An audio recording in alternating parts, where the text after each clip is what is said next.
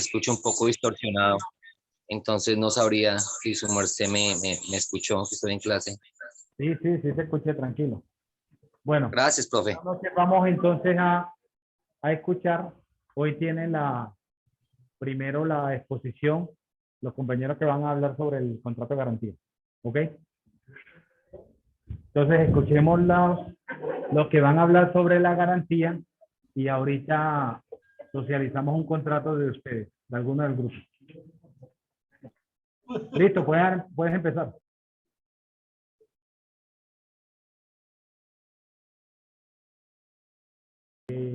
Ya. ¿Cuántos están aquí de garantía? De garantía estamos 4. ¿Y en casa? En casa. ¿Cuántos? 5. 5. Bueno, entonces empiecen los que están en casa y después continúan los que están acá. Bueno, digamos que desde que la persona se estaría cargando. Bueno, desde acá.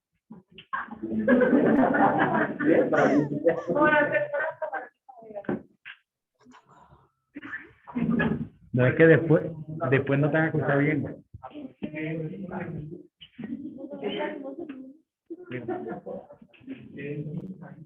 Es que el micrófono te va por aquí y por el de ahí de la. Bueno, listo. Nosotros somos el grupo número 6, nos correspondió el contrato de garantía. Los integrantes son los que aparecen en pantalla. Y digamos que básicamente el contrato de garantía es un contrato accesorio porque lo que busca es garantizar el cumplimiento de un contrato principal. Entonces, esa es la primera característica del contrato de garantía, es algo accesorio. Para estudiar primero una garantía, tenemos que estudiar primero el patrimonio total que tiene una persona. Entonces, digamos que el patrimonio es la garantía del acreedor. Y el patrimonio es un atributo que tenemos todas las personas. Cuando nosotros nos hablan de patrimonio, digamos que nosotros lo primero que pensamos es como que es algo económico. Y actualmente patrimonio no solamente habla de los bienes que tenga o que vaya a tener una persona, sino que también incluye derechos o créditos que son intangibles. Entonces, esos también hacen parte del patrimonio. Digamos que hay unos bienes que se excluyen de la garantía y son la ropa y los bienes importantes e indispensables, como la cama y esas cosas que son, digamos que vitales para la supervivencia de una persona. Entonces, en el momento en el que exista un embargo, digamos que nunca van a llegar a embargarle uno la ropa o la cama o algo así, porque son bienes indispensables para digamos que la sobrevivencia o la supervivencia de una persona. Digamos que lo que la figura del acreedor en este contrato es creer y confiar que el deudor le va a pagar como tal. Pueden haber varios acreedores en un mismo deudor y en el momento de tener un embargo, el acreedor que se va a quedar, digamos que con ese bien o ese embargo va a ser el acreedor que sea diligente y realice bien el proceso y sea el que primero detenga el embargo, así hayan más acreedores, ¿de acuerdo? Y el embargo pues es una garantía forzosa que emite un juez. Eso es básicamente digamos, el concepto de embargo. Para que haya una garantía o las herramientas de la garantía se pueden dar de dos maneras. La primera es por vía de hecho y la otra es por vía de derecho. Entonces, la vía de hecho es muy sencilla y es, digamos que es la mano del hombre. O sea, digamos que en ningún momento interviene la ley o interviene un juez o interviene la jurisprudencia, nada. Digamos que la garantía por vía de hecho ya la tiene la persona en su poder, el acreedor en su poder. Entonces, al momento de que se genere como tal la garantía, ya el acreedor tiene el bien en su poder. Y por vía de hecho se puede dar de diferentes formas. Unilaterales, que son la garantía unilateral y el aval. Las vías de garantía contractual, que son la fianza, el fideicomiso de garantía.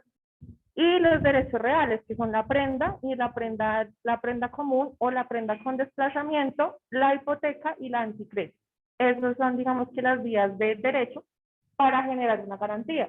Entonces, ¿qué pasa? Podemos utilizar un contrato de fianza, podemos utilizar un contrato de prenda y ya esas serían vías de hecho en las que interviene un juez o interviene la ley para que se haga efectiva dicha garantía. Digamos que las vías de hecho son las vías de la retención, las que ya les expliqué, que son por mano del hombre y no necesita intervención de un juez. Y ya yo les daría, digamos que un concepto de lo que es la fianza. Y digamos que es la solicitud de un garante de cualquier producto. Puede ser una moto, un electrodoméstico o de cualquier producto como tal para que se genere la garantía. Entonces, las partes o el concepto de la fianza es un contrato donde una persona llamada fiador se obliga accesoriamente a respaldar un contrato principal, lo que yo les decía que es el concepto principal de un contrato de garantía. Es un contrato accesorio que va a respaldar un contrato principal como tal. Y ya, por otra parte, la persona deudora o afianzadora o afianzada, digamos que es la que va a satisfacer la prestación del contrato principal.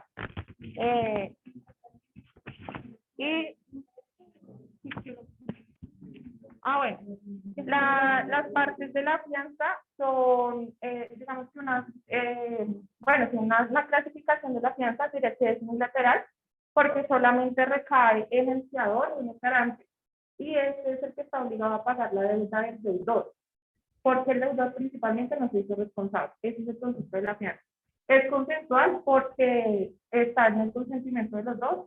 La persona que es el fiador nunca va a estar obligado, porque si no habría un vicio en ese contrato de la fianza. Es gratuito porque al fiador no se le genera ningún pago al principio para que precisamente sea fiador. Es formal porque se tiene que realizar por medio de escrito y por instrumento público, y siempre tiene que ser formal y se hace siempre por escrito. Y es conmutativo porque la obligación se da desde el inicio, y es accesorio porque, como les digo, es un contrato de garantía y es un accesorio al contrato principal que se da de la deuda. Buenas noches. Como dijo Anisa, una de las características principales del contrato de garantías es que tiene como una hipoteca en la relación contractual. Es bien importante no solamente en el contrato de garantía, sino también, como reiteró Vanessa, en la prenda y en la anticrédito. ¿Por qué? Porque tienen, o sea, todos hacen parte de las formalizaciones reales de los contratos. Eso significa que todos ellos tienen algo que los avala o los respalda. ¿Qué significa esto? Que el contrato no se avala por un comportamiento y que sin duda se va a disolver bajo un mal comportamiento, valga la redundancia. Entonces se tiene algún instrumento, algún bien para que se puedan llevar a cabo los frutos de la garantía. Pasas por favor la diapositiva. Bueno, el contrato que garantizamos mediante la prenda son todos aquellos contratos que tienen un cumplimiento de obligaciones principales que recae sobre un bien mueble. O también se le puede entregar al acreedor algún objeto que sea única y exclusivamente mueble, y es la garantía principal de todos los contratos que tengan característica mobiliaria. Naturalmente es posesorio. Cualquier persona que en mutuo acuerdo firme, pues tiene el derecho de recibirlo, y la otra parte el deber de entregarlo en caso de que no cumpla los requerimientos que se estipularon en el contrato. Es bastante importante resaltar que el bien permanece siempre en el poder de un tercero, y a eso le llamamos la prenda sin desplazamiento, que es la que se mantiene en manos de un tercero mientras que se lleva a cabo la terminación del contrato o se llevan a cabo las garantías. En este caso, pues las mobiliarias, hablándolo de la prenda, ¿no? Bueno, la prenda tiene también la característica principal de que en caso de un incumplimiento, la obligación garantizada se tiene que entregar al acreedor. ¿Pasas, por favor? Bueno, ¿en qué consiste el anticresis? Este también es un contrato de garantías mobiliarias, como todos los demás que tienen esta característica, que entran dentro de contratos garantes, que no solamente son mobiliarios, pues sino también inmobiliarios, pero particularmente solamente se tiene que hacer con un bien mueble. Están regulados en el Código Civil, específicamente en el artículo 1881 y subsiguientes, y dice con exactitud que el acreedor adquiere el derecho de pertenencia a los frutos de un bien inmueble del deudor. Como todo lo que tiene que ver con este contrato, entonces el que hace el préstamo, que en este caso nosotros le llamamos el acreedor, tiene el derecho a poseer con autorización del que debe y de un tercero el disfrute pues del del inmueble. La anticresis también puede tener un bien inmueble que se deja en garantía. Este tiene como una característica compartida, puede ser un bien mueble, pero también inmueble. No se caracteriza dentro de los bienes reales porque tiene que dejar algo que se puede disfrutar, gozar, pero no simplemente tiene que ser carros, motos, sino también puede ser casas y todo lo demás que haga parte de los bienes. Siguiente, por favor. Los elementos de la garantía del contrato, bueno, eso ya Vanessa los comentó. Y bueno, la siguiente, por favor, este es un ejemplo de lo que, pues del contrato de garantía, ¿no? El contrato de garantía, como ya lo había dicho antes, el contrato de garantía mobiliaria no es único, sino puede ser cualquier tipo de contrato, cualquier tipo de contrato, y la garantía mobiliaria es accesoria a él. Esta, como ya lo habíamos conversado en clases anteriores, debe tener unas características principales. ¿En qué consiste el contrato? La fecha y lugar de emisión del contrato. Bueno, las firmas, puesto que es un mutuo acuerdo, y las cláusulas que se requieran. En este caso, si habláramos de un contrato de prenda, tendríamos que tener las características principales del carro, de la moto, hablándolo de ello, que serían pues la serie del carro, la placa, el color y todas las descripciones que dan en la tarjeta profesional. En la tarjeta profesional, no, perdón, sino en la tarjeta de propiedad. Y hablándolo de un bien inmueble, libertad y tradición, bueno, y todo lo demás que requiere este contrato. Entonces, ¿cuál es como la organización del contrato? Doctor, qué pena, voy a minimizar aquí el cosito. Ni veo desde acá. Perdón, pero es que no tengo gafas y no veo desde esta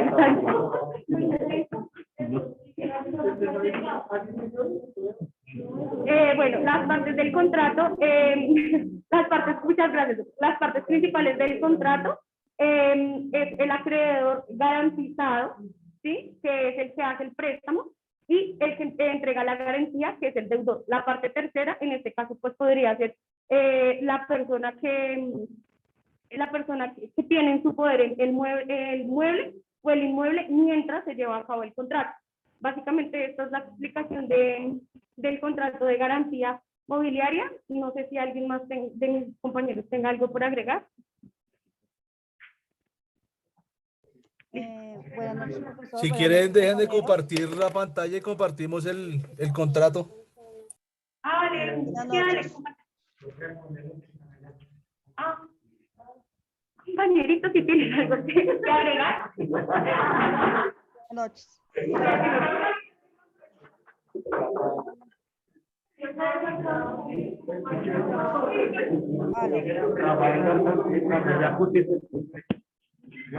Tú no ponías.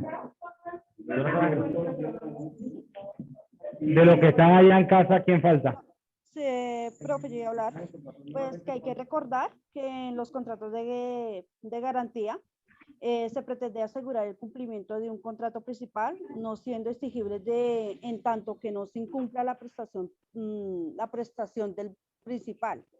Y la fianza de la garantía personal, que se constituye asumiendo un tercero en el compromiso de responder el cumplimiento de la obligación, y si no se cumple el deudor principal, y que mediante la hipoteca el aseguramiento de la obligación se produce mediante la afectación de bienes inmuebles. Y para garantizar la prenda, la obligación principal mediante un bien inmueble o que se entregue al acreedor o que pertenece a un poder del deudor. Hay que tener en cuenta en esas esas cuatro cositas en el contrato de garantía, pues frente a lo que es en la fianza y la hipoteca y la prenda. Doctor, también hay que tener en cuenta que para la ejecución de la garantía tienen que ocurrir hechos como el no pago de la obligación para adelantar el cobro y para iniciar las acciones pertinentes de cobro y retribución de la garantía. También se encuentra la modificación o alteración de la garantía de una manera sustancial, de una manera que afecte lo que se ha dejado en garantía. También se puede hablar de la inclusión del deudor en listas SARLAP o listas negras por parte del sistema financiero que indiquen peligro para el sistema financiero y sea ejecutoriada de inmediato la garantía, doctor. No sé si otro compañero tenga otra observación.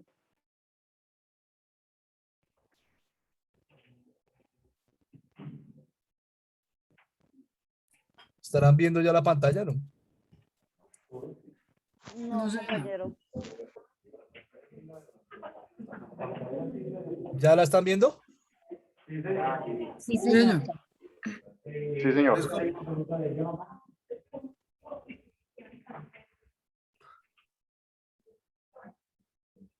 Ya concluyendo con lo que dicen las compañeras, pues en las recomendaciones que dicen son los para estos contratos que puede ser la copia de identificación de las partes involucradas. Espérate, Edwin.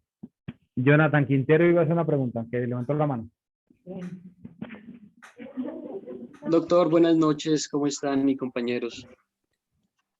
Una pregunta, profe, ¿uno puede dejar una garantía mobiliaria indefinida? Es decir, que quede como un párrafo como el deudor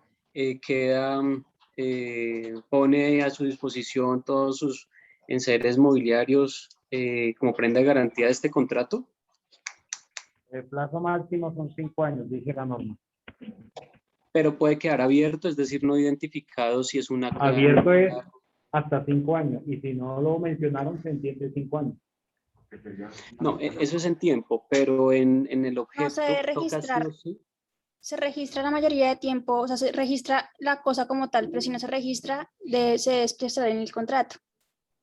La Por cosa. eso, no, a eso es lo que te refieres, Jonathan. No, no, señor. A lo que me refiero es que, por ejemplo, voy a hacer un contrato de arrendamiento, ¿sí? Y en su momento no se habló nada de dejar una garantía mobiliaria, una moto, un carro, etcétera, ¿sí?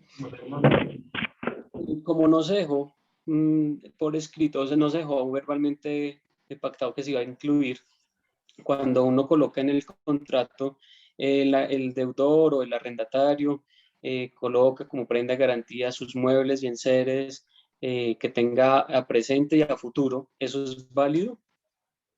Sí, sería válido sobre bienes futuros, presente y futuro, claro.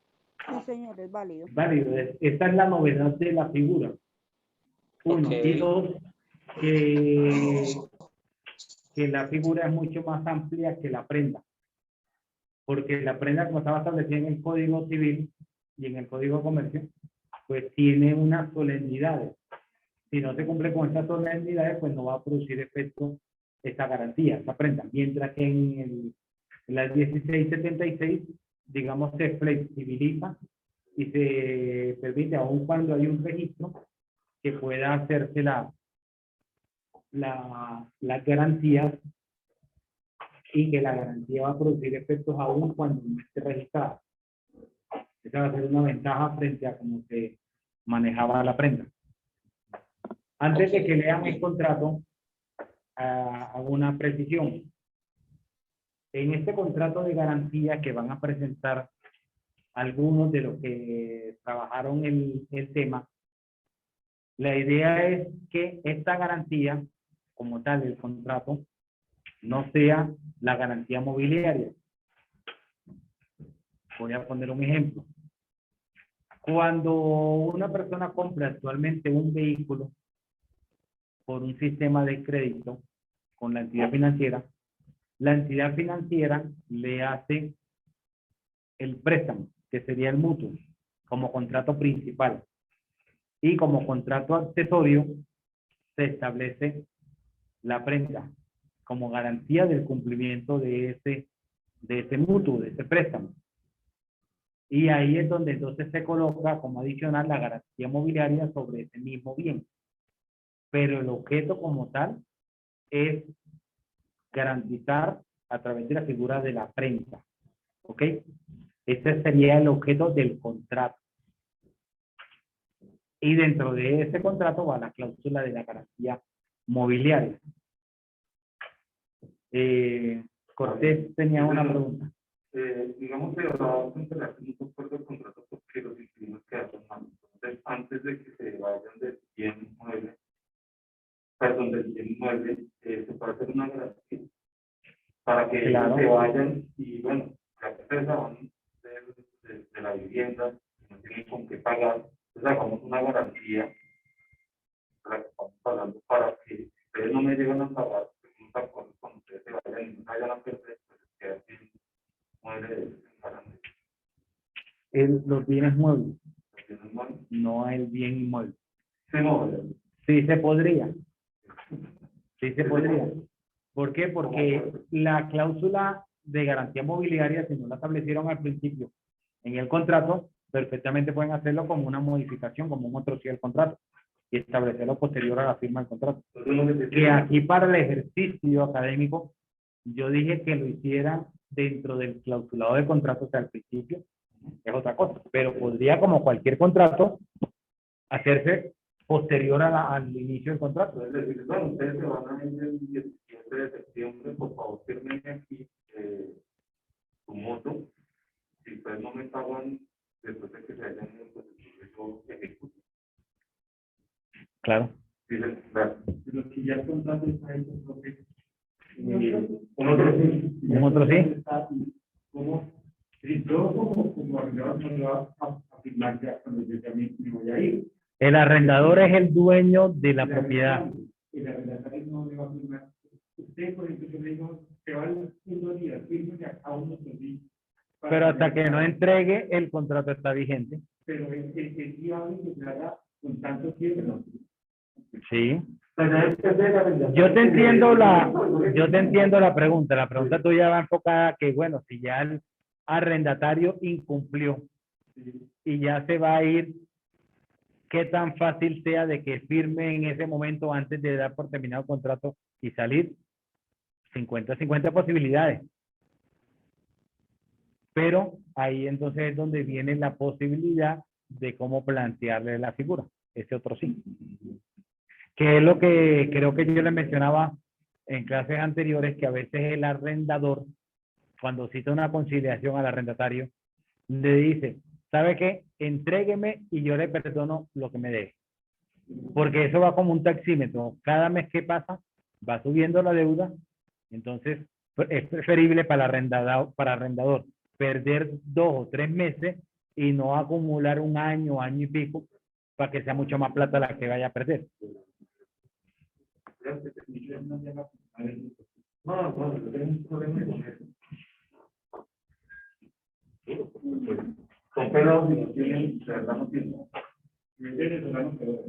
No, eso sí fue la cosa que les puse. No se puede correctar.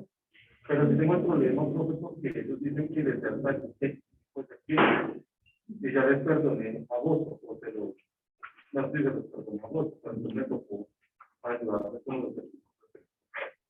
Y es que son muchachos jóvenes, una familia joven. Pero puedes llamarlos a una conciliación, intento conciliación de acá. Bueno, a ver, leamos el contrato. ¿Es el contrato de quién? Profe, qué pena, es que hay varias preguntas. ¿Cuál es?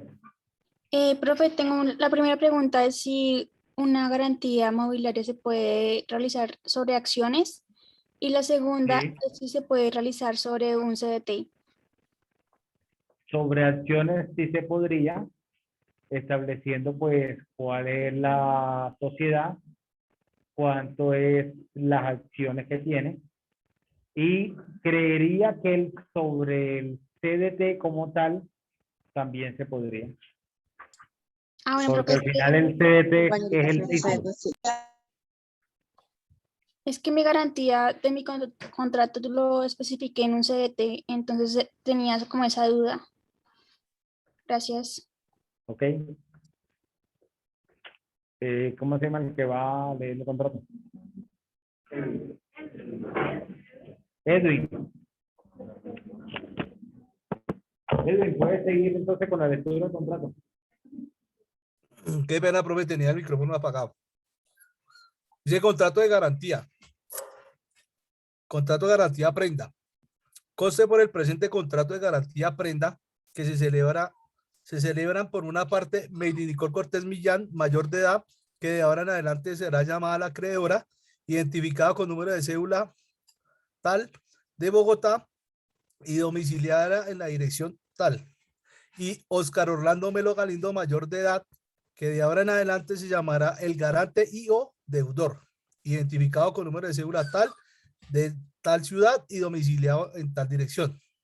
Se celebra por el presente contrato de garantía por el préstamo de 10 millones de pesos, que la recomendación es que se escriba en letras y en números, ¿no?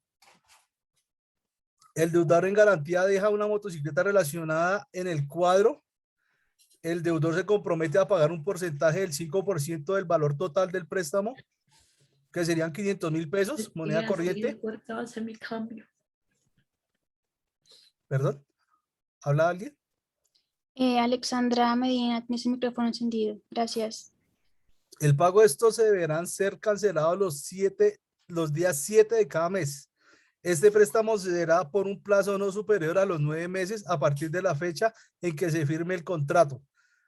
Al presente contrato se le aplicarán las disposiciones del Código de Comercio, del Código Civil, de la Ley 1676 de 2013 y demás normas concordantes reglamentarias o sustitutivas sobre la materia, y se requerirá para las siguientes cláusulas.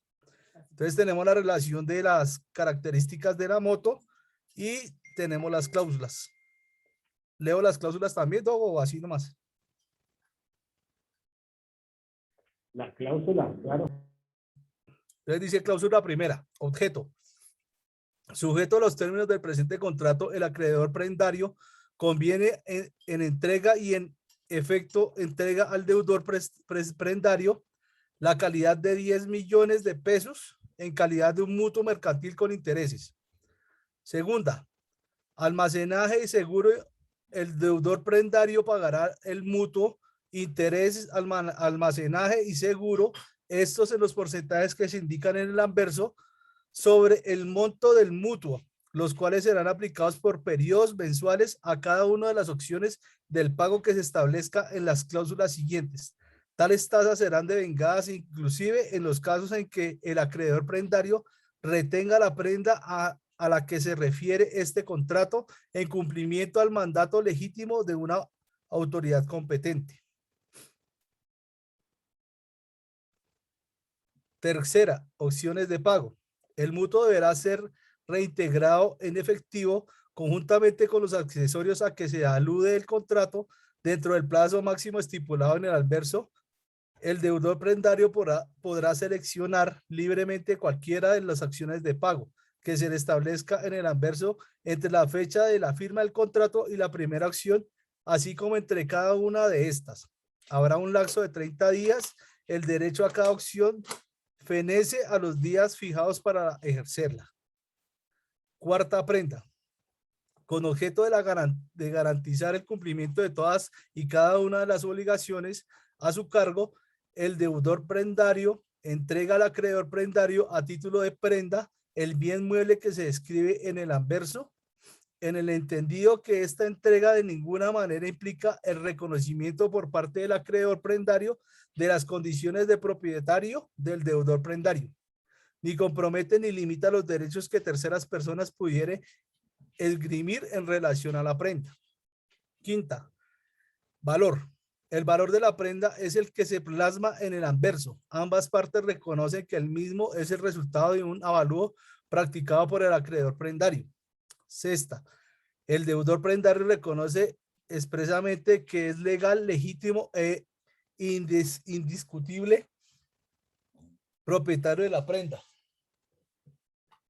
Reconoce expresamente que es legítimo de la prenda y de todos cuanto por derecho, uso y costumbre lo corresponde, y que pueda acreditar dicha calidad jurídica ante cualquier autoridad que así lo requiera. Séptima, inamovilidad. El deudor prendario se obliga a no variar la condición jurídica de la prenda, por lo que no podrá enajenarla, gravarla ni comprometerla en forma alguna. Octava, preferencia. En caso de que el deudor prendario sea demandado por otros acreedores, el acreedor prendario tendrá la preferencia para hacer efectivos sus derechos con cargo a la prenda. Novena. evicción. El deudor prendario libera al acreedor prendario de cualquier responsabilidad que hubiere surgido o pudiere seguir en la relación al origen, propiedad, posesión o cualquier otro derecho inherente a la prenda, obligándose a sí mismo a responder de saneamientos y evicción y en general de todo adeudo, carga o gravamen. Listo, profe. Esa era la acotación mía. Ok, listo, gracias. Bueno, seguimos entonces con el otro grupo. Con los de leasing, ¿no?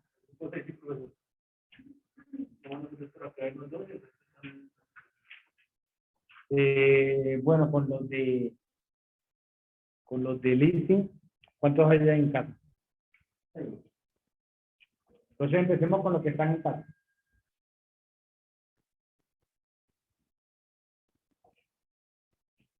Doctor, buenas noches. Ya voy a compartir pantalla.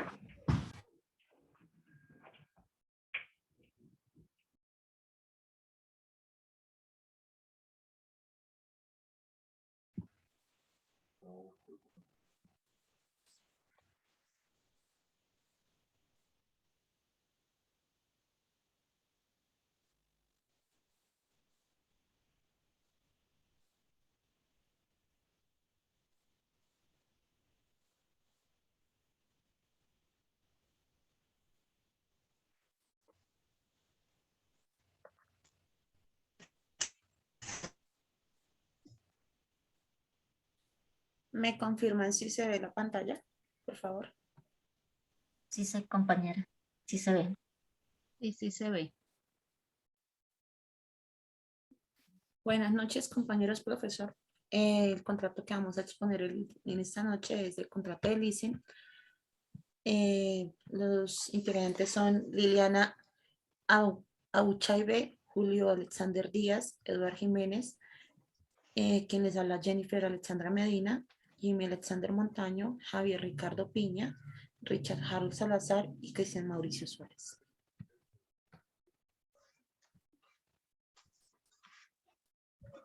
Buenas noches, compañero. Entonces nos correspondió exponer el contrato de leasing. Pues vamos a hablar un poco de dónde vino el contrato de leasing. Pues cuenta la historia que nació en los Estados Unidos de América, que provenía de la actividad empresarial y se dieron de unas denominaciones como toll lease, que significa arrendar o dar en arriendo, lessee leasing, que significa entidad financiera, y empresario o cliente. Y también encontramos otros usos de la expresión de leasing como leasing broker, que viene siendo un corredor intermediario de leasing, y el lessee agente, que viene siendo como el arrendador, que es la empresa leasing que compra directamente a los fabricantes o distribuidores del material que desea usar el tomador simultáneamente y simultáneamente lo alquila. Siguiente, compañera. Ahora sí vamos a hablar acerca de la definición del contrato de leasing, que es la que nos da Asobancaria.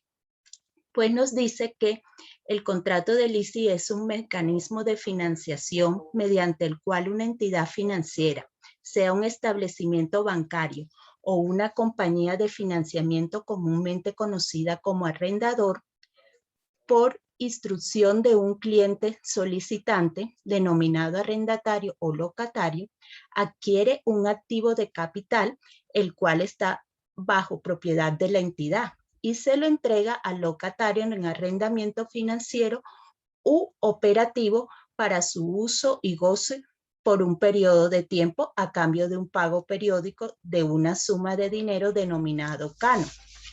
Al finalizar la operación de leasing, el locatario tiene la potestad de: 1. Ejercer una opción de adquisición sobre el mismo bien a un precio pactado desde el inicio, generalmente a su favor.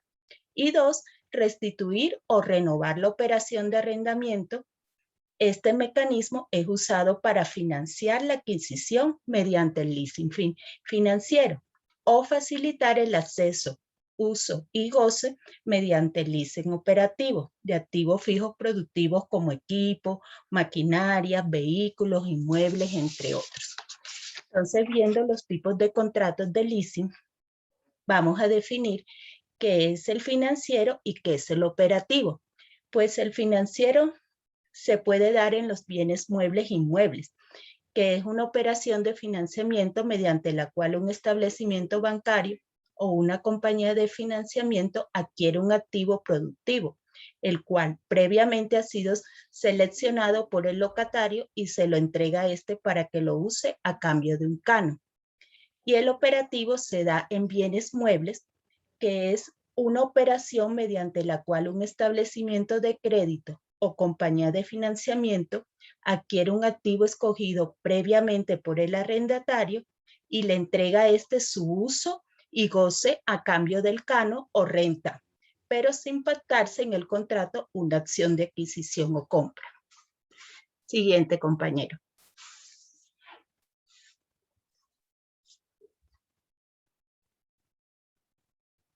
Continúe, compañero.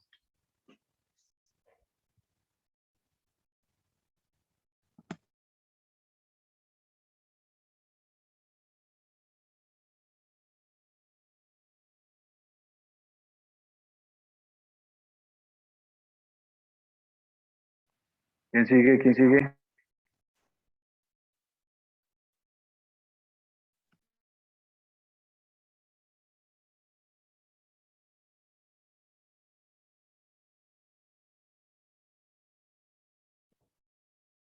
Ahora sí, desde ahí. Desde ahí. Pues a mí me tocó la función económica, sobre el dice. Entonces, hablamos sobre los avances tecnológicos, que es cuando, digamos, una empresa ya necesita tener, digamos,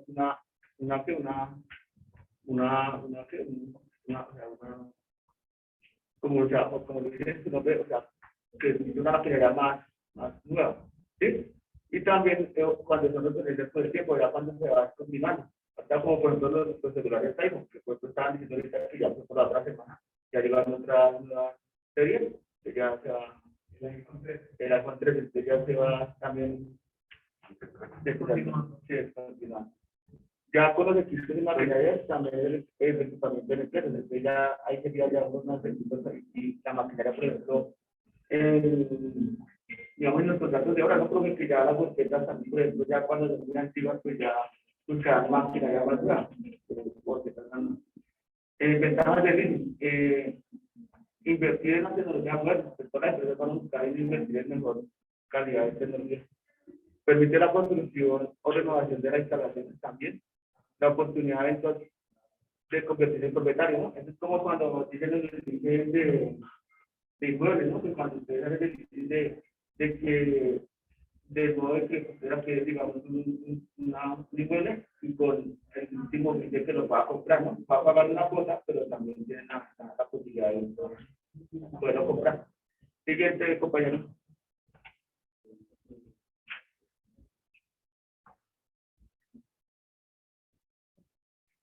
Características de leasing, que el arrendatario paga un monto periódico, ¿no? Entonces el arrendatario va a estar pendiente de pagar su cuota mensual. El arrendador tiene los derechos del uso de un bien. Entonces dice que el arrendador tiene los derechos para el uso y goce de las cosas, ¿no? Digamos del inmueble o del vehículo, más no le da la propiedad todavía. Incluye la opción de compra al finalizar el contrato. Los contratos les decían que ya tienen la posibilidad de, cuando ya termine el contrato, poder comprar el inmueble o el vehículo. El arrendador generalmente no cede la propiedad del bien al celebrar el contrato, sino solo cuando se ejecuta la compra. Entonces, el arrendador en el momento, pues solo se vende la cosa, entonces, y al finalizar ya pueden negociar si ya queda la propiedad de la persona. Pueden ser bienes muebles y inmuebles también, como por ejemplo los muebles son las maquinarias, vehículos, y los inmuebles ya son los que son las casas, bodegas, apartamentos. Siguiente, compañero.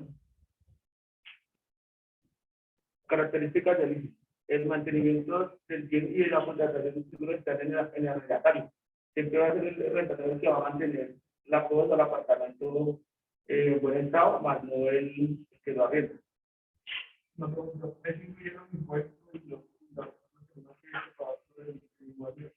Ah, sí, mientras que no tenga el digital, lo que ya, al final es que ya se queda la persona quiere tener la cosa o igual, por ese lado.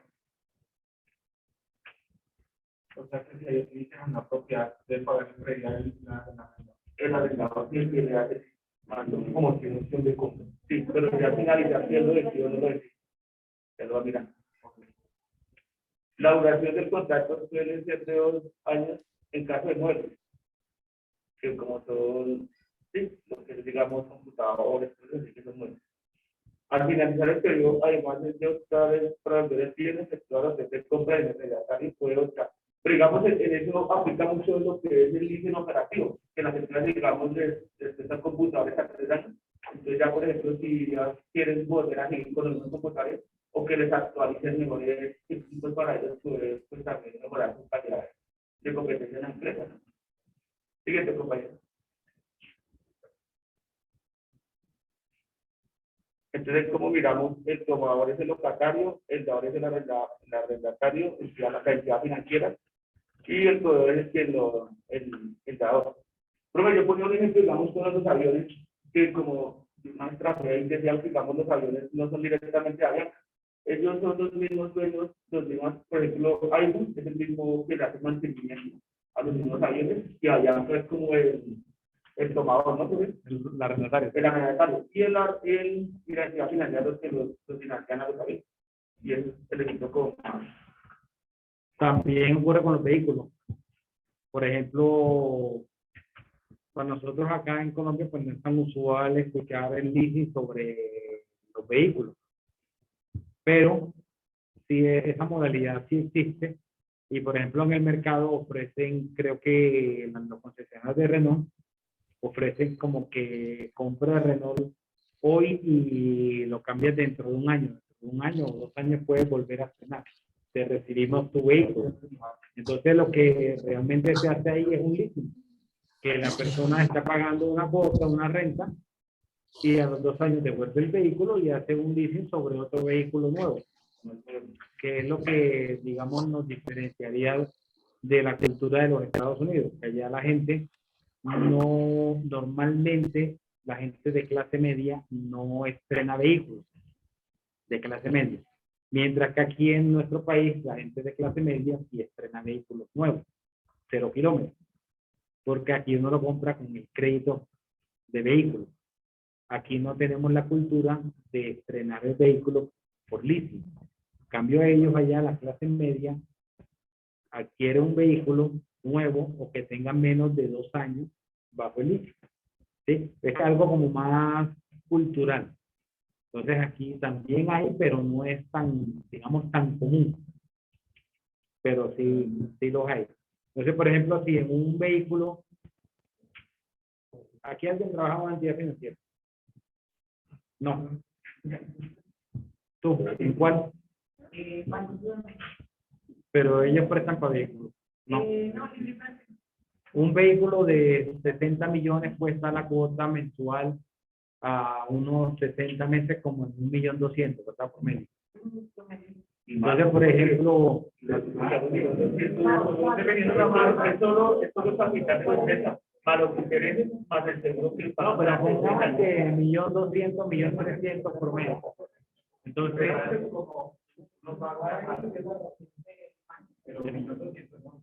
no, un carro de 60, pues, donde uno tiene que dar por lo menos unos 12, le prestan unos 48 más o menos. Sí, como ponle 5 años por medio, 5 o 6 años.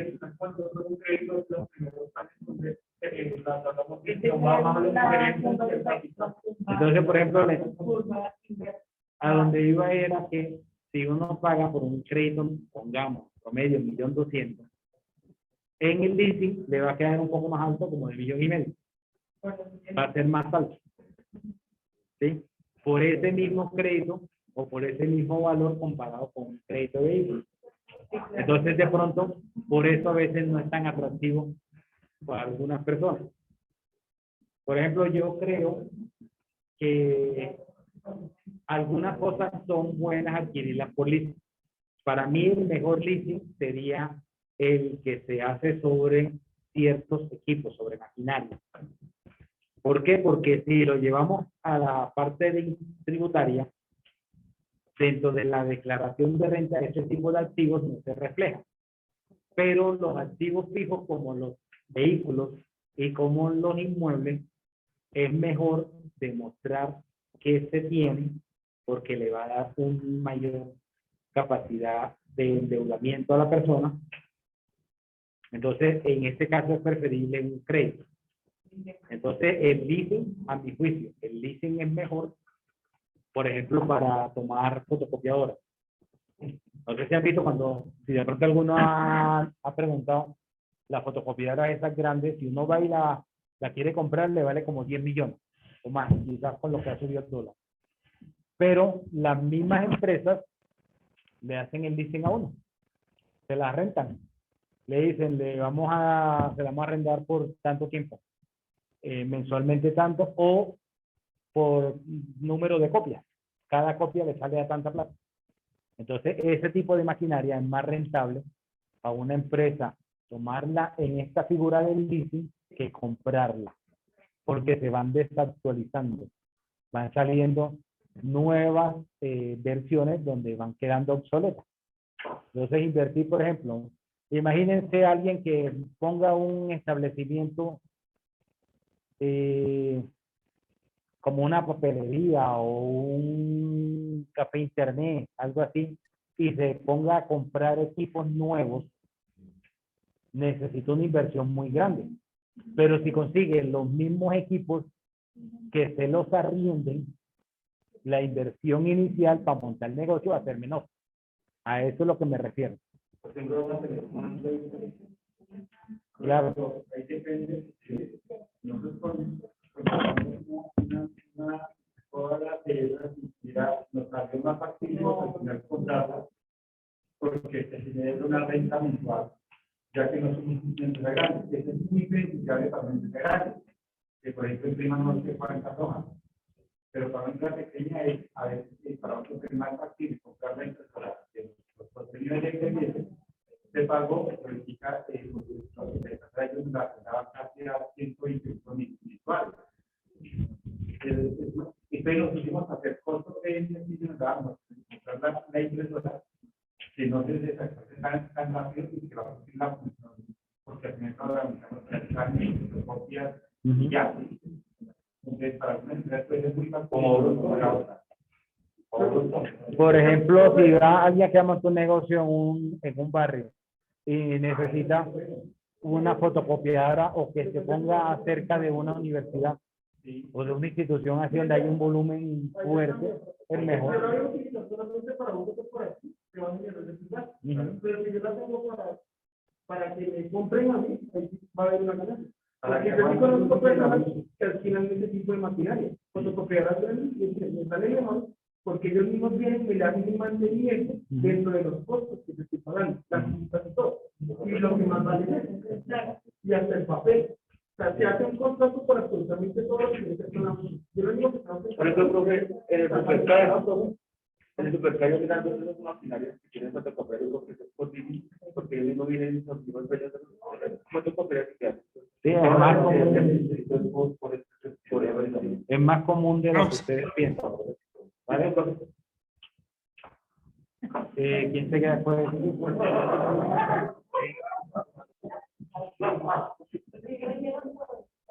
¿Quién? Cristian. ¿Quién sigue? Cristian. ¿Quién sigue? ¿El que sigue? El leasing como operación financiera. Como decía anteriormente, el leasing es una operación financiera donde se cobra una especie de canon de precio, no por el bien, sino por el uso del mismo.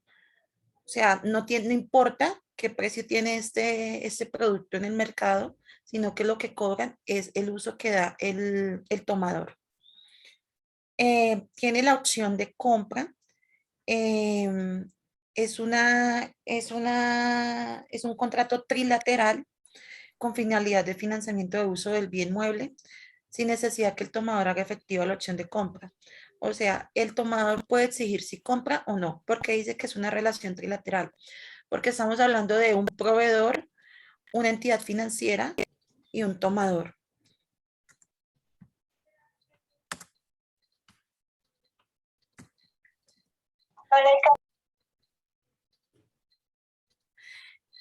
Hay que tener en cuenta que este contrato tiene un orden. De pronto no sé, profe, si usted me puede sacar de esa duda porque pues no me quedó muy claro. El proveedor hace el negocio con la entidad financiera que el tomador escoge, elige, y sin que el tomador tenga algún tipo de intervención.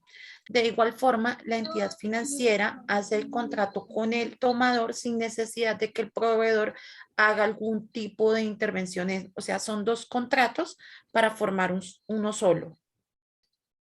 Puede darse. Porque al final, digamos, el locatario, el que toma el arriendo, le va a pagar es al dueño. Y en este caso, como están mencionando, puede ser la entidad financiera. Ahí sería el contrato solo con la entidad financiera. Por esa razón, entonces, el leasing es una relación trilateral de 3 sujetos.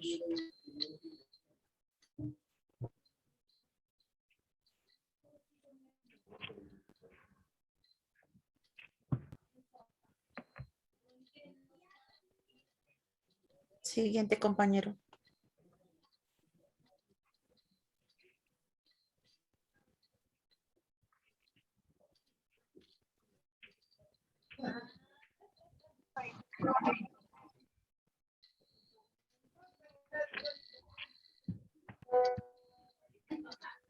¿Quién sigue?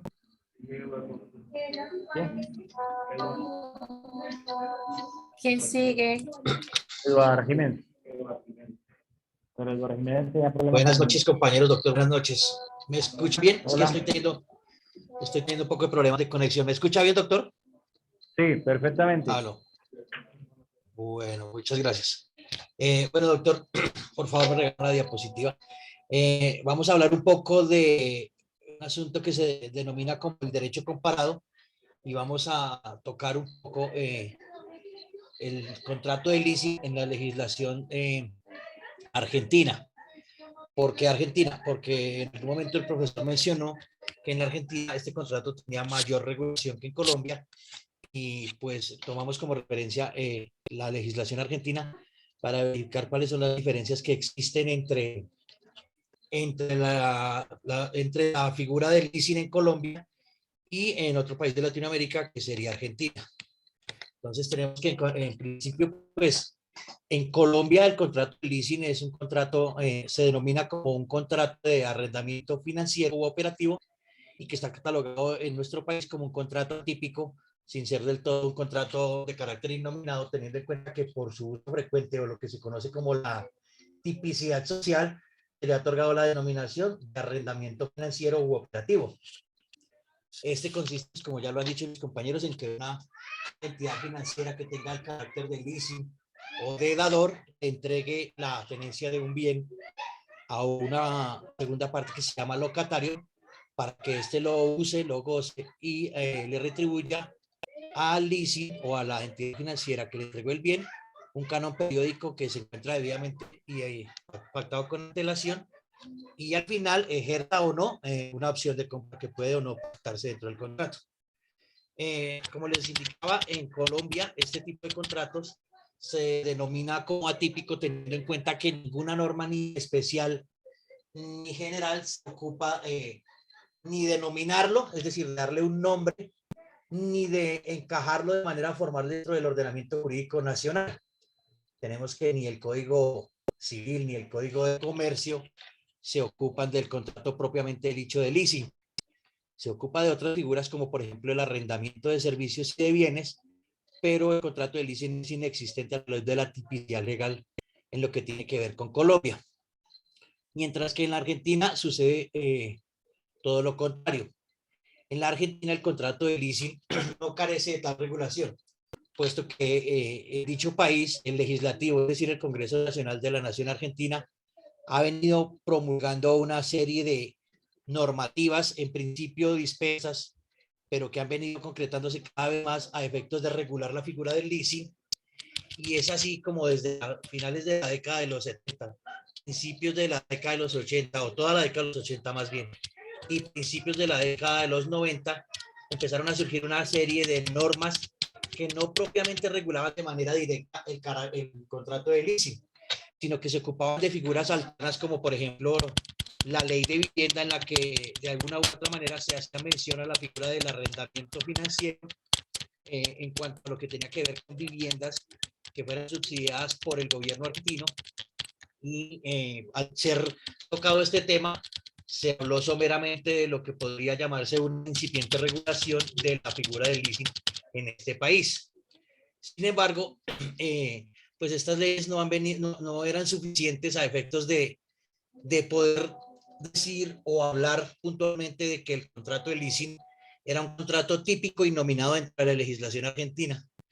Hasta más o menos los finales de la época de los años 90, principios de los años 2000, cuando fue promulgada la ley 25248, que se ocupaba exclusivamente de regular esta figura contractual. Es decir, existiendo leyes anteriores que regulaban o tocaban de alguna manera los aspectos inherentes a la figura del leasing, estos no concretaban o no le daban el carácter denominado a este contrato, pero con la entrada en vigencia de la ley 25248 del año 2000, que fue promulgada por el Congreso Nacional de la Argentina, esta figura sí se ocupa exclusivamente de regular la figura del leasing como figura contractual y convencional propiamente dicha. Posteriormente, finalizando la década de los 2000, el Congreso de la República de la Argentina, es decir, ya existiendo la ley 25248 que nominaba y regulaba íntegramente la figura del leasing como figura contractual válidamente establecida en el orden jurídico de la Argentina, el gobierno de la Argentina y más puntualmente el Congreso de la Argentina decidió hacer una decodificación o descodificación del derecho comercial y decidió abolir el Código de Comercio y unificarlo con el Código Civil. Esta situación se dio a mediados de la década de los 2000 y atendiendo a esta fusión, a esta decodificación del derecho comercial para juntarlo con el derecho civil, aprovecharon y crearon toda una normativa fuerte frente a la figura del leasing. Por lo tanto, a partir de esta época, podemos hablar de que estamos, entre lo que tiene que ver con el orden jurídico de la Argentina, hablamos de un contrato completamente nominado y típico, teniendo en cuenta que se encuentra desde esta época regulado, y además de ello, con posterioridad, la ley orgánica 19063, que constituía la Carta Orgánica del Banco Nacional de Desarrollo, hizo referencia al contrato de leasing en algunos de sus apartes y le dio el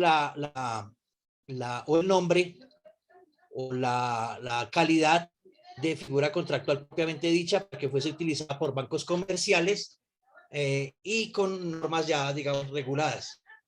Entonces, bien es cierto que esta figura gozaba de tipicidad social desde finales de los años 70 y había sido, digamos, utilizada con cierta frecuencia. No existía, como les indiqué al principio, normativas fuertes o determinadas que hicieran del contrato de leasing un contrato típico y nominado. Finalizando la década de los 2000, se da esta situación y el legislador constituye el leasing como una figura que en adelante puede ser utilizada como elemento consensual y convencional para efectos de adelantar lo que conocemos como la operación financiera de arrendamiento. Y quedó estipulado a ello en el artículo 1227 del nuevo Código Civil de la Argentina. Entonces, pues aquí se ve la diferencia entre la legislación argentina y la legislación colombiana, en el sentido de que, como se los indiqué al principio, por ahora nuestra legislación o nuestro ordenamiento jurídico carece de regulaciones especiales e incluso generales que se ocupen del contrato de leasing. Sin embargo, pues es bien sabido que las normas que se le aplican a este tipo de contratos son las normas del arrendamiento. Pues, digamos que en ausencia de regulación específica, pues el contrato de leasing se rige por las normas, por las generalidades de todos los contratos, pero pues tiene naturaleza similar a la de los contratos de arrendamiento, por lo tanto las leyes, las normas más bien que se le aplican al momento de interpretarlo, de ejecutarlo y de interpretarlo, por decir alguna intervención judicial, son las del arrendamiento. Precisamente entonces tenemos que darnos cuenta que si bien es cierto, en Argentina ya está regulado desde hace bastante tiempo, la legislación colombiana por ahora todavía adolece ese tipo de nominación y por lo tanto estamos todavía frente a un contrato completamente atípico e innominado. Muchas gracias.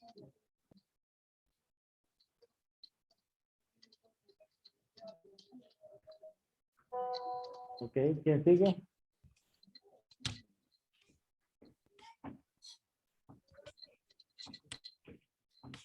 Ahí ya terminamos o sigue alguien más. Doctrinas de siga, por la... favor. No, pásalo, Alexandra, bájalo más, por favor, para continuar con mi parte. No, ahí estaba bien.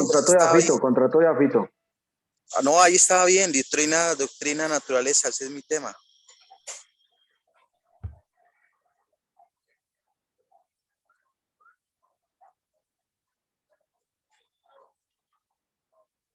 Aló. Hola. No escucho.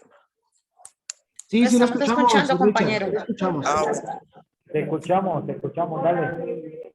Bueno, doctrina de naturaleza jurídica del leasing. Bueno, la primera doctrina es la doctrina del contrato típico, que se identifica dentro de estos contratos la causa, el objeto y el carácter específico. La otra doctrina dice que leasing es un negocio jurídico mixto, en razón a que tiene el uso, que es de locación de producción, pero el fin es financiero, es decir, la entidad bancaria es la que tiene el inmueble para fines financieros. La tercera...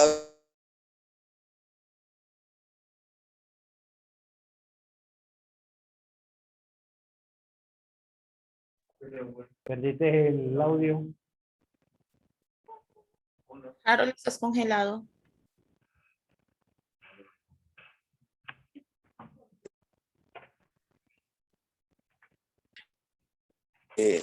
Sin embargo, aquí, por ejemplo, hay una especificación. En los leasing de los autos, por ejemplo, se puede hacer este tipo de leasing para...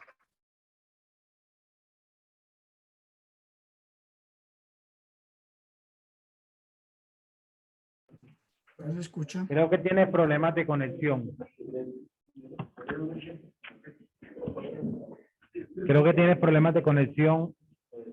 Prueba con otro dispositivo. Mientras Harold soluciona sus problemas técnicos, pues que siga el otro, el que venía después de él.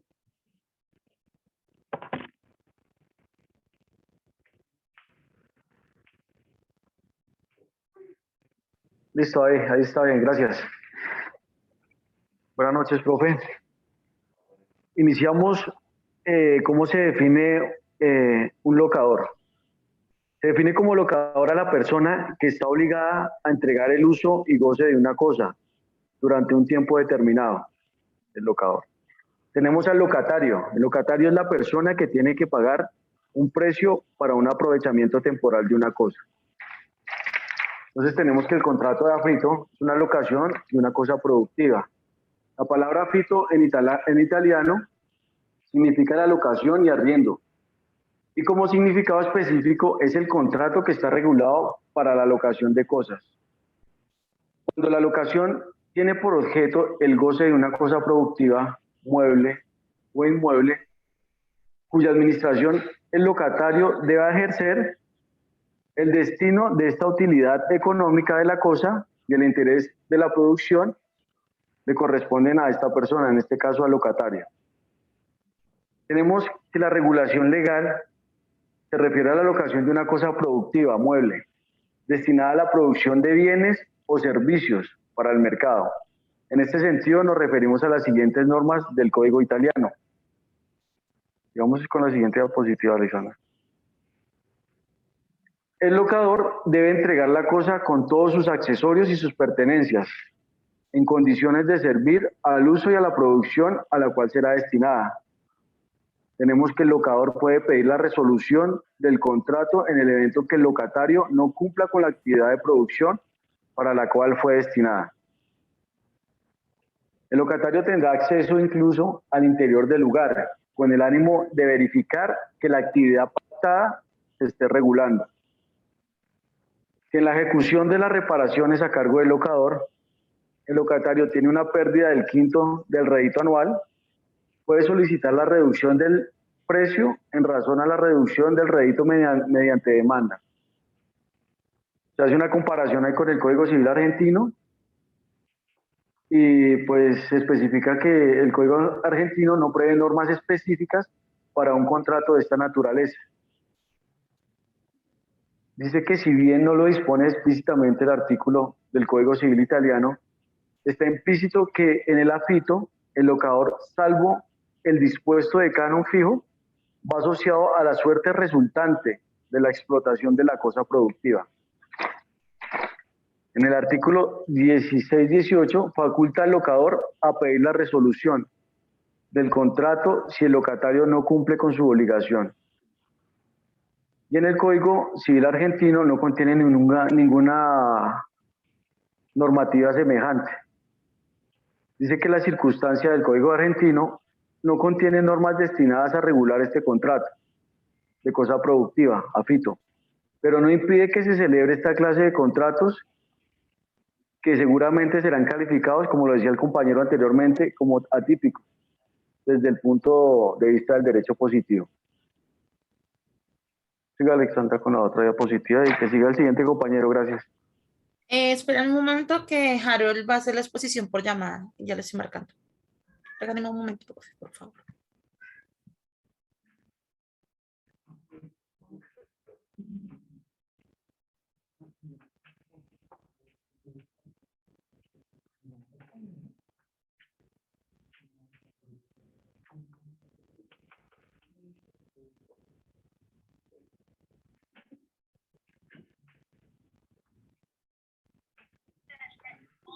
¿Ya puedo empezar? Sí, ya puedes empezar. Bueno, qué pena, compañeros, que se me acabaron los datos. El tema del leasing. La doctrina entonces del contrato positivo habla de que se tiene un objeto y una causa y características específicas. Entonces el leasing puede ser asimilado a un contrato. También habla de la doctrina del negocio jurídico, dice que también es un negocio jurídico, en razón a que tiene el contrato, el negocio jurídico, tiene un objeto,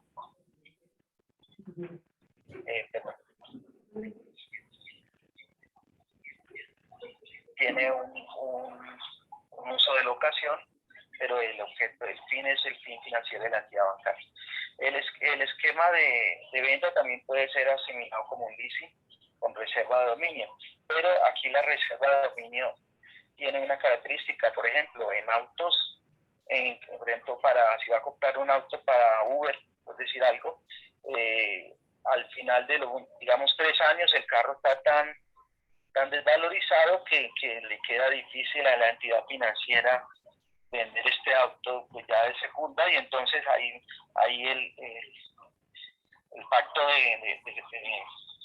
de la reserva de dominio es más fácil adquirir ese dominio, pero en una vivienda ocurre a veces lo contrario. Pues, cuando usas un leasing para vivienda, lo que ocurre es que las viviendas, sobre todo cuando están en zonas comerciales, tienden a subir en suma muchísimo, y entonces al final puede ser que ni siquiera puedas comprar, utilizar el pacto de compra. Así que explico más sobre ese tema. La última doctrina es la doctrina de la lucha del derecho, que lo utiliza Robert Bondieri, y habla de que las características del leasing tienen una relación subjetiva y una relación objetiva, que son las características aparentes de forma y unas características esenciales. Voy a explicar las características del leasing como forma o características aparentes. Entonces, en las características aparentes del leasing se dice que tiene una relación subjetiva y una relación objetiva. La relación subjetiva se refiere a que estos contratos de leasing son consensuales o de mero consentimiento. Muy distinta a una relación subjetiva, por ejemplo, laboral, donde hay una relación de subordinación. La otra es la relación objetiva, que se refiere al tipo de transacción que se da en un leasing. Y se dice que las relaciones objetivas de transacción de los leasing son onerosos, gravándose uno en beneficio del otro. O sea, ambas partes se hacen ese tipo de gravamen. Hasta ahí, digamos, la característica aparente del leasing. Seguimos con las características de fondo o esenciales del leasing. Es decir, las características que hacen que el leasing sea diferente a otros contratos. Entonces, aquí hablamos de que el precio es una de las características esenciales. ¿Por qué? Porque sin ese precio no existe el leasing. Sin embargo, aquí se hace aquí es donde aparece la característica de ser un contrato atípico. Y es que este tipo de especificaciones no aparecen en la legislación. Y al no aparecer en la legislación hace que estos contratos sean atípicos. La segunda característica esencial es que se entrega un bien para su uso y goce. Pero este es uso y goce. Aquí hay una característica, y es que en los contratos de leasing, por ejemplo, de Inglaterra, este aspecto es el principal, que es el uso y goce. Y se hace una diferencia con los contratos de leasing en Latinoamérica, o donde predomina el derecho romano, donde lo principal no es el uso, sino la compra, el título, el modo y el dominio. Por eso es que estos contratos son muy distintos. En Inglaterra y en otros países, pues lo principal en un bien es el uso que se le da. Por ejemplo, eso usted lo puede entender cuando en 1936 se estableció que la persona que tenía el uso de un terreno tenía derecho, porque el uso, y se establecieron legislaciones contra los bienes que tenían propiedad, pero que no se utilizaban. Eran bienes que eran vacantes, o eran bienes que eran inutilizados. Y entonces se estableció una nueva forma de adquirir el dominio, que era el uso. Y con otra característica es que en Inglaterra la opción de venta al final, de compra del bien, es obligatoria, mientras que en Latinoamérica eso es una opción, como dice, una opción. Aquí en Inglaterra, obligatoriamente, al final del uso del pacto del bien, debe comprarse el bien. Entonces, esas son unas características de la esencial, la entrega del bien como uso y goce. En Inglaterra da inmediatamente o automáticamente la compra del bien. La tercera característica esencial de un leasing es el establecimiento de un canon periódico que se hace en forma de amortización del costo de bien, porque por lo regular estos leasing son a largo plazo y se utilizan sobre todo cuando se inician, sobre todo los empresarios que no tienen mucho capital y quieren adquirir a ciertos medios de producción, por ejemplo aviones, buses, todos estos temas, y entonces a través de sus contratos de leasing pues no tienes que invertir un capital inicial, sino principalmente usar, y después se recomienda ya que se compren los medios de producción, o sea que es una forma inicial de empresarios. Y la cuarta característica esencial del leasing es la existencia en favor del locatario de una opción de adquisición al término del contrato. Como decía, en Inglaterra esto no es una opción, sino que es ya establecido automáticamente que el bien pasa al locatario. Hasta ahí, muchas gracias por que tomen la clase. Okay. ¿Y ahí contigo terminan el tema o sigue alguien más? Sí, faltaban 2 personas más, doctor. Ok, bueno, rapidito. Ok. Ahí, eso, Alexandra. Bueno, yo les voy a hablar de la diferencia entre el leasing y la venta a plazo. Pues la diferencia radica, pues que mientras que el objetivo del leasing lo constituye la explotación del bien, el de la venta a plazos lo constituye la transferencia, pues, de la propiedad. En la venta a plazos, pues la propiedad del bien está desde el inicio del contrato en cabeza, pues, del comprador. Y pues quien lo usa y lo disfruta con ánimo de señor y dueño, aunque no haya pagado la totalidad del predio. Mientras que en el del leasing está todavía durante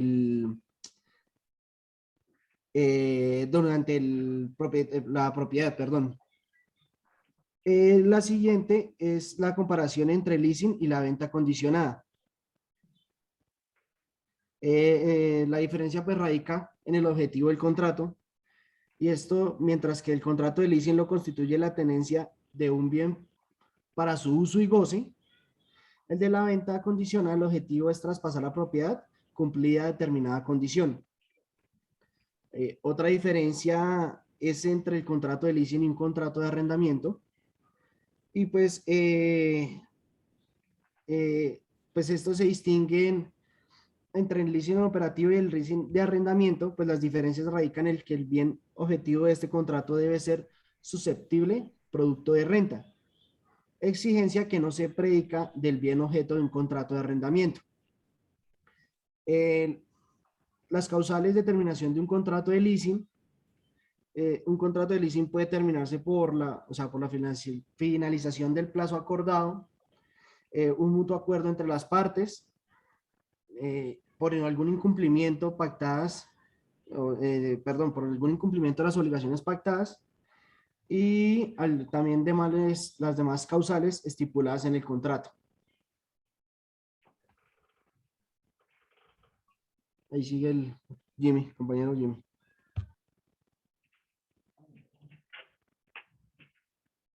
No, pero la siguiente posición.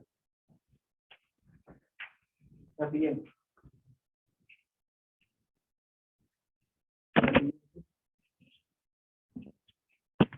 La siguiente. Listo, vamos a hablar sobre las modalidades de leasing que hay en Colombia. Ya vimos lo que era la parte de la doctrina, ya vimos algunos conceptos, ya vimos la clasificación que se puede dividir entre operativo y financiero. Ahora vamos a ver las modalidades. Tenemos el leasing inmobiliario, que es el pecado sobre el inmueble. Esto puede generarse en el momento que se celebra el contrato o esto se ve en la subastadora, en los contratos inmobiliarios. Siguiente. Leasing habitacional. Este leasing habitacional, como su nombre lo indica, es para la adquisición de viviendas, pero en este hay dos modalidades. Uno, para adquisición de vivienda con fines familiares, y la otra modalidad que no sea para de adquisición para vivienda familiar.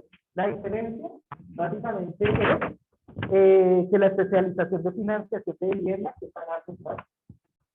Vemos el leasing inmobiliario, esto hace referencia a que recae sobre cualquier bien mueble, los títulos de valor. Vemos el leasing de infraestructura, que hace referencia a los desarrollos que puede tener el país en cuanto a qué, a infraestructura de vías, telecomunicaciones, sostenimiento ambiental, a el uso, a eso hace referencia.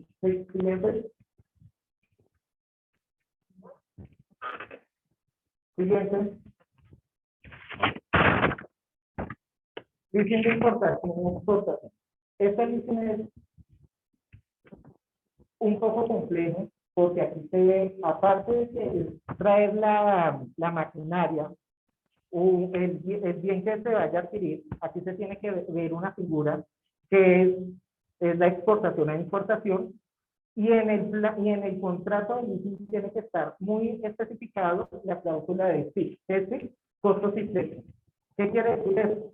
¿Qué persona, si es el locatario o el arrendador, que va a asumir estos costos y flechas en el momento que la mercancía llegue al puerto, ya sea si se hace la exportación por vía marítima o aérea? en este caso, las vías aéreas. Siguiente diapositiva. Leasing internacional. Este leasing internacional hace referencia que el arrendador se encuentra domiciliado en otro país y el locatario se va a encontrar acá en Colombia. En este leasing podemos tener como ejemplo los contratos que tiene Avianca. ¿Sí? Es los aviones que adquiere Avianca, que es mediante un leasing, pero este leasing es leasing de que la persona, es decir, el arrendador, se hace cargo del mantenimiento y de los operarios en el momento en que el avión tenga alguna falla. Mientras que el web no asume el arrendador estos gastos de mantenimiento del operador. Siguiente. Aquí vemos la gráfica. La gráfica es generada por datos bancarios y aquí se puede ver un análisis de mercado de la conducta que tiene el leasing. La figura amarilla, la línea amarilla, vemos que es el leasing financiero y vemos el movimiento que ha tenido desde la vigencia del 2015 hasta el 2021. La línea de color rojo es el leasing habitacional y la línea azul es el leasing operacional. Siguiente figura. Ahí nuevamente vemos las líneas y la conducta del mercado que ha tenido los diferentes leasing a nivel en Colombia. Siguiente. En este cuadro vemos, digamos, la participación que han tenido las entidades bancarias en cuanto a los diferentes leasing. En primer lugar, tenemos a Bancolombia con un punto de 43.8 en el mercado. Siguiente. Para finalizar, sabemos que el contrato de leasing es un contrato atípico. Sin embargo, en Colombia ya hay unas normas, no que hablan sobre referencia al leasing, sino se están articulando con el tema financiero. Entonces ahí vemos, siguiente diapositiva. Vemos el decreto 663 del 99, el decreto único financiero 2555 del 2010 y la circular jurídica de la Superintendencia de Finanzas. Esto que hacen referencia, que en el decreto 663 se establece la operación, las compañías y qué operaciones de leasing pueden hacer. El decreto 2555 del 2010 aplican algunas disposiciones de la definición a que corresponde al leasing financiero y alguna regla sobre eso. Y pero 796 esa hace referencia de las prácticas de los leasing en los bancos comerciales. Gracias. Yo tengo una pregunta para los del tema de leasing. ¿Puede contestármela? Si quiere, puede dejar de compartir pantalla. Gracias. Algunos de los que están acá del grupo de leasing o los que están en casa. Podríamos decir que el leasing pudiese ser verbal, el contrato de leasing. No. ¿Por qué no? ¿Por qué? Porque sí debe quedar muy especificado en las cláusulas sobre los alcances que va a tener. ¿Y por qué no es un contrato? Yo pienso que más que todo porque está hablando de inmuebles que pueden ser como el tema de la tradición. No, en general. Porque pues eso por ejemplo una maquinaria. No dije que la respuesta estaba mal, sino que si le aplicáramos una diferencia entre el leasing y el arrendamiento puede ser verbal, porque se va a demostrar, por ejemplo, con el pago mensual. Con eso se demostraría el contrato de arrendamiento. Pero ¿cómo voy yo a demostrar el leasing cuando hay una obligación de vender la cosa al final y haber pactado el precio desde el principio? Esa sería la situación por la cual el leasing no podría ser pago. ¿Ok? Porque a diferencia del arrendamiento, en el leasing se está pactando un precio de adquisición de la cosa al final del contrato, porque si termina siendo un arrendamiento. El arrendamiento está en el Código Civil, artículo 1973 en adelante. Profe, qué pena, puede repetir. Qué pena, profe, es que no alcanzamos a escuchar, o no sé si será mi audio. Si la respuesta no la puede repetir, por favor. La respuesta Gracias. es que debería ser por escrito porque no habría forma después de probar la cláusula de cuánto sería el pago al final del contrato. ¿Sí?